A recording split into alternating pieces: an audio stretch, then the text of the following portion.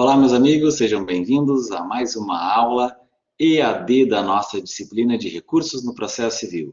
O que nos propomos a conversar a partir de agora é sobre um requisito de admissibilidade específico para os recursos excepcionais, o tão conhecido pré-questionamento, tantas vezes citado na jurisprudência das Cortes Superiores, tantas vezes invocadas pela doutrina. Esta temática precisa ser melhor esclarecida e essa é a proposta que nós vamos iniciar a partir de agora. O material de apresentação está disponível para vocês aqui no material básico da disciplina, através do arquivo de PowerPoint, e o prof vai disponibilizar também, como material complementar, um vídeo elaborado pela equipe da Advocacia Geral da União, a partir de um canal que esta instituição possui junto ao YouTube, chamado #AGUExplica. Um vídeo muito elucidativo, muito interessante, que certamente vai complementar em muito a compreensão que nós temos acerca deste instituto. Para a nossa videoaula, convido vocês então a dar início ao estudo do pré-questionamento, que deve ser interpretado em conjunto com uma matéria que já foi estudada lá na parte da teoria geral dos recursos, que diz respeito aos requisitos de admissibilidade. Fazendo uma pequena retomada deste conteúdo, um tópico específico da disciplina de recursos no processo civil é o juízo de admissibilidade e o juízo de mérito. No que se refere ao juízo de admissibilidade, ou seja, aqueles requisitos que a parte precisa demonstrar o seu cumprimento para que só então o tribunal esteja autorizado ao enfrentamento do mérito recursal, são divididos em dois grandes grupos, os requisitos intrínsecos e extrínsecos. Ao todo, nós enumeramos até 8 requisitos de admissibilidade, que vão ser desde o interesse recursal, a legitimidade para interpor recursos, a inexistência de fato impeditivo do direito de recorrer, o cabimento, a regularidade formal, a tempestividade, o preparo e a inexistência de fato extintivo do direito de recorrer. Para os recursos excepcionais, além destes 8 agora enumerados, nós ainda vamos conhecer outros 3, que são o esgotamento das vias ordinárias, ou seja, a parte precisa demonstrar que não há nenhuma outra forma de se insurgir da decisão que não seja a partir do manejo destes recursos excepcionais. Então, a parte deve ter demonstrado que já se utilizou de todos os recursos possíveis nas vias ordinárias. É também necessário demonstrar que no recurso se analisará a matéria exclusivamente de direito, não há possibilidade de revolver o chão probatório do processo, daí decorre a famosa súmula 7 do STJ, que indica que não se presta o recurso especial para reexame de provas, e por fim, o nosso pré-questionamento. De onde surgiu então essa necessidade de compreender ou estudar o pré-questionamento? Por que os tribunais exigem que a matéria objeto do recurso tenha sido pré-questionada? Na verdade, 2 dispositivos da Constituição, o artigo 102.3 e o artigo 105.3, que são justamente aqueles que estabelecem as competências do Supremo Tribunal Federal e do STJ para o conhecimento e julgamento do recurso extraordinário e do recurso especial, respectivamente, eles dizem que essas cortes vão julgar as chamadas causas decididas. Vão julgar o recurso extraordinário e o recurso especial diante de causas decididas. Qual é a consequência disso para a interposição de um recurso para a sistemática processual? É que os tribunais superiores não estão habilitados a conhecer uma determinada matéria pela primeira vez. Significa que a questão que está sendo discutida pela parte em seu recurso já deve ter sido enfrentada pela corte de origem em outra oportunidade, quando da prolação do acórdão. E é por isso que as cortes superiores utilizam os mais variados sinônimos para esta necessidade, para essa exigência de que a matéria tenha sido pré-questionada.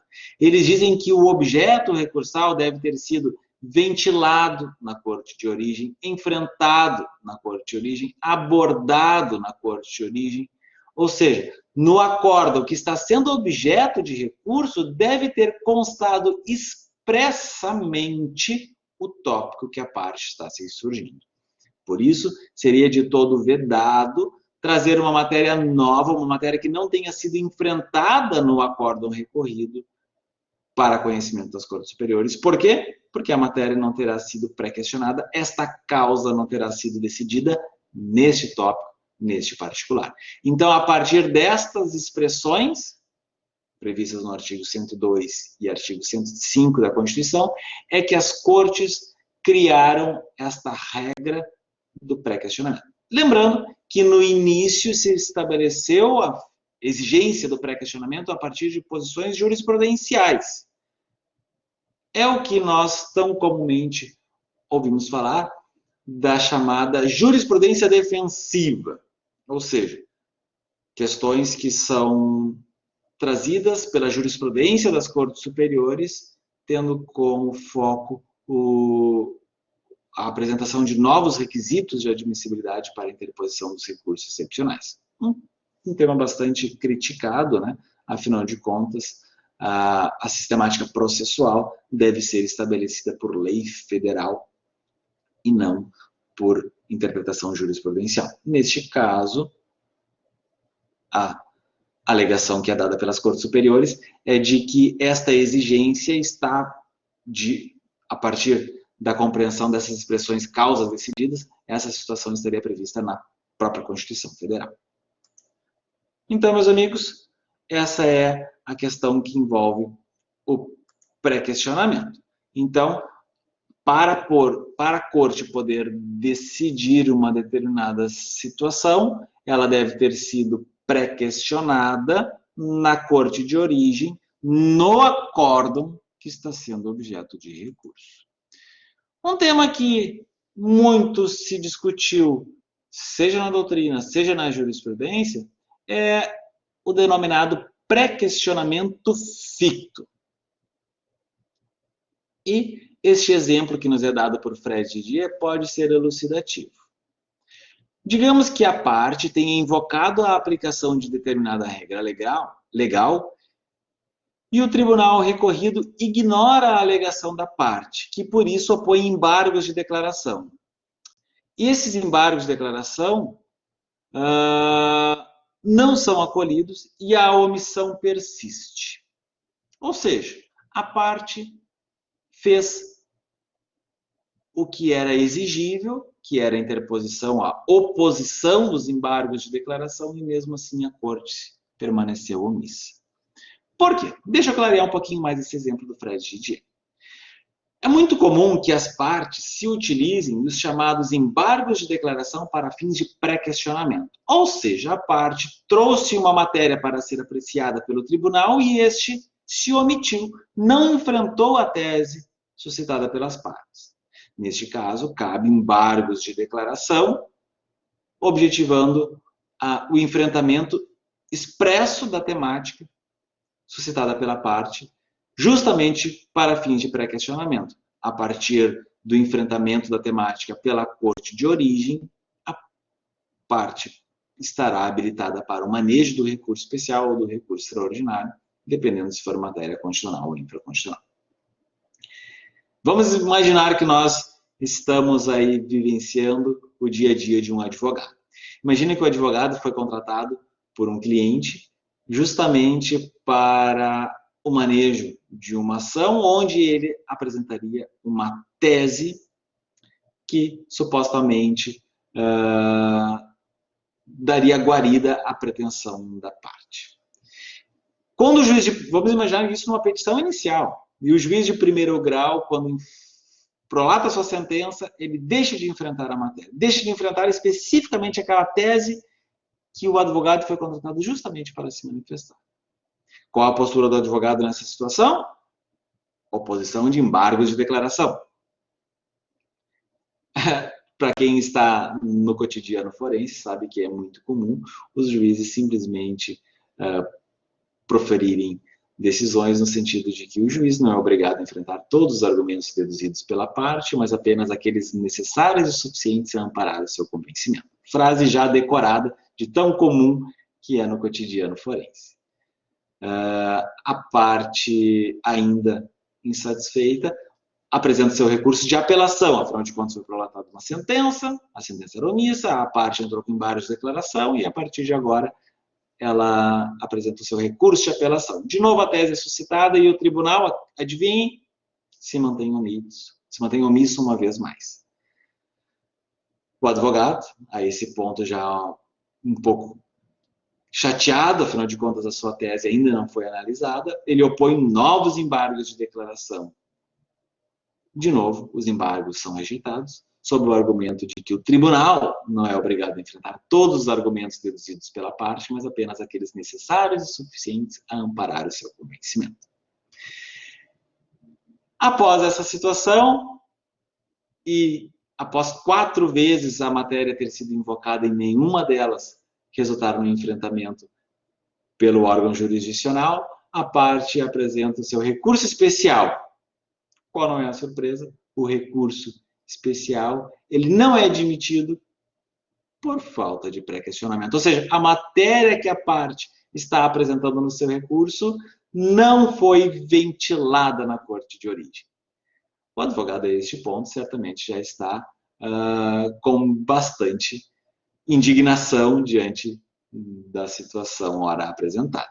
Então veja, por 2 vezes ele já apresentou embargo de declaração e mesmo assim, nem o juiz de primeiro grau, nem a corte se pronunciou sobre a questão. E agora, quando maneja o seu recurso especial, recebe justamente a notícia de que ele não pode ser conhecido porque a matéria não foi enfrentada. É aqui que entra a figura do chamado pré-questionamento ficto. Porque o STJ tem uma súmula, até os dias atuais, a súmula 211, indicando que o pré-questionamento não pode ser ultrapassado de forma ficta. Veja bem, a súmula 211 indica que ser inadmissível o recurso especial quanto à questão que, a despeito da oposição de embargos declaratórios, não foi apreciada pelo tribunal a qual. Então, este advogado, que tantas vezes já opôs embargos de declaração, até agora não acolhidos, ele não poderá interpor o recurso especial. O recurso especial não será admitido pela falta de pré-questionamento, porque a súmula 211 diz ser inadmissível o recurso quanto à questão que, a despeito da oposição de embargos declaratórios, não foi apreciada pelo tribunal a qual. Qual a conduta que o advogado deve ter diante de uma situação como esta? Bom, considerando que ele por diversas vezes apresentou a matéria e esta não foi enfrentada pelo tribunal, a despeito da oposição de embargos, ao advogado, a parte, não, o advogado e a parte não terão outra alternativa que não se valer sim do recurso especial, mas daí não como um pedido de reforma da decisão, mas como um pedido de anulação do acordo. Ou seja, ele vai entrar com um recurso especial, alegando a negativa de prestação jurisdicional, como se os órgãos jurisdicionais anteriores tivessem se negado a enfrentar a temática que ele levou à apreciação da corte. Neste caso, meus amigos, caso o recurso especial seja acolhido, o STJ vai anular o acórdão, vai determinar o retorno dos autos ao tribunal de origem, determinando que a temática seja expressamente enfrentada.